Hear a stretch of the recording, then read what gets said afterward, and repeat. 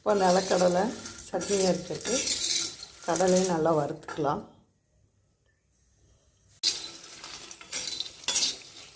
இப்போ கடலை வறுத்தாச்சு, எடுத்துட்டு சட்னி அரைச்சிக்கலாம்.